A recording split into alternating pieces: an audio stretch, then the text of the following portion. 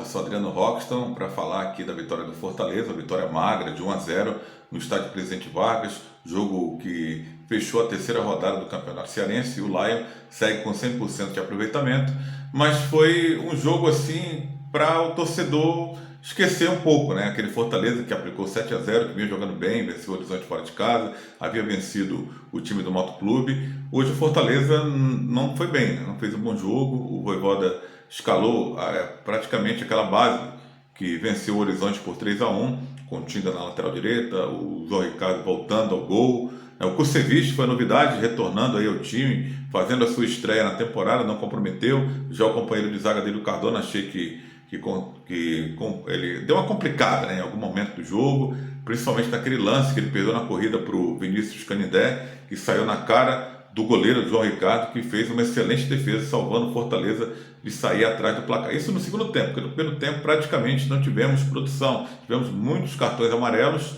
O Pedro Augusto fez muitas faltas duras, poderia ter sido expulso, assim como o próprio Wendel do Maracanã, que deu uma tesoura, também poderia ter sido expulso. O Pedro Augusto não produziu nada, fez faltas, né, e no meio campo apenas o Martínez tentando, né, realizar alguma jogada, algum lançamento, algum passe para quebrar a linha do adversário, mas um ataque assim com pouca inspiração. Pikachu sumido do jogo, Breno Lopes muito marcado, Renato Kaiser também sumido da partida, e um Caleb também, além de pouca inspiração, muito marcado, diferente do Caleb que brilhou diante do Horizonte, deixando aquela impressão de que poderia ter uma boa sequência. Não teve a sequência diante do Cariri, mas teve uma chance, oportunidade hoje de jogar contra o Maracanã como titular. O Caleb, que jogou 85 minutos, né, ganhou uma minutagem a mais diante do Horizonte, havia jogado apenas 60, isso porque o Caleb sofreu com muitas contusões no ano de 2024. Mas o Fortaleza, que não conseguia, né, quebrar as linhas adversárias. A defesa do Maracanã, muito bem montada pelo Júnior Cearense, muito competente treinador, já está lá fazendo um trabalho há um bom tempo, ganhou praticamente todos os duelos desse ataque do Fortaleza. O Vojvoda preferiu continuar no segundo tempo com essa mesma equipe, seguiu, né, o baile com poucas inspirações, se é o que a gente pode chamar isso de baile, né? Fortaleza sem inspiração nenhuma praticamente, a jogada ali pelo Tinga na direita, o Tinga também muito mal no jogo, não foi bem, e assim, o Fortaleza não conseguia furar o bloqueio do Maracanã, que não veio só para se defender não, o time que conseguia ter uma boa saída de bola, conseguia chegar até o meio campo até com uma certa qualidade, mas do meio para frente ficava devendo, né, com as suas limitações de criação de jogadas, chegou de forma esporádica, através de escanteios, uma jogadinha ou outra. Essa que eu falei do Vinícius Canindé, que foi lançado e ganhou na corrida do Cardona e tocou na saída do João Ricardo, que conseguiu salvar o Fortaleza. Depois o Vojvoda acabou colocando em campo ali alguns jogadores que são tidos como titulares. O Paul Fernandes, que entrou no meio campo no lugar do Pedro Augusto, que deu uma movimentação a mais, acertando mais passes no time, ao lado do Martínez, que depois saiu cansado. Entrou também o Marinho e também o Lucero. E o Dylan também entrou, o colombiano entrou no lugar ali do Martínez, que estava cansado. Pouco produziu o Dylan, mas foi do pé do Marinho, né? Ou dos pés do Marinho, né? Uma jogada individual, um raro cochilo ali da defesa do Maracanã, que vinha marcando bem certinho, acabou dando ali um espaço para o Marinho avançar com a bola e de perna esquerda finalizar de fora da área. O Fortaleza não estava conseguindo finalizar dentro da área, então o Marinho acabou arriscando, sendo competente, acabou acertando a bola para dentro do gol.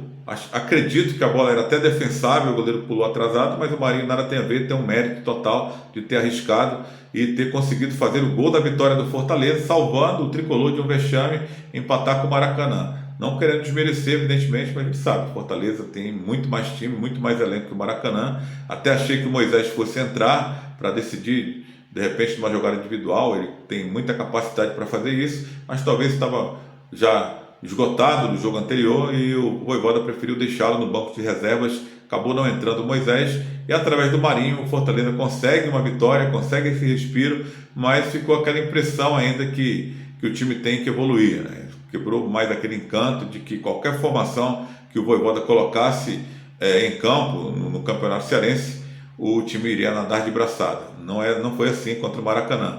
Muita gente falando em goleada, eu mesmo acreditava na vitória do Fortaleza, não tão magra com 1-0, mas 2-0, talvez 3-1 por aí, poderia ser também, mas mostrou que não, que tem que evoluir alguma coisa. O Maracanã não é o Cariri para tomar de 7-0, é uma equipe bem treinada pelo Júnior Cearense, uma equipe bem competitiva, dentro dos seus limites financeiros.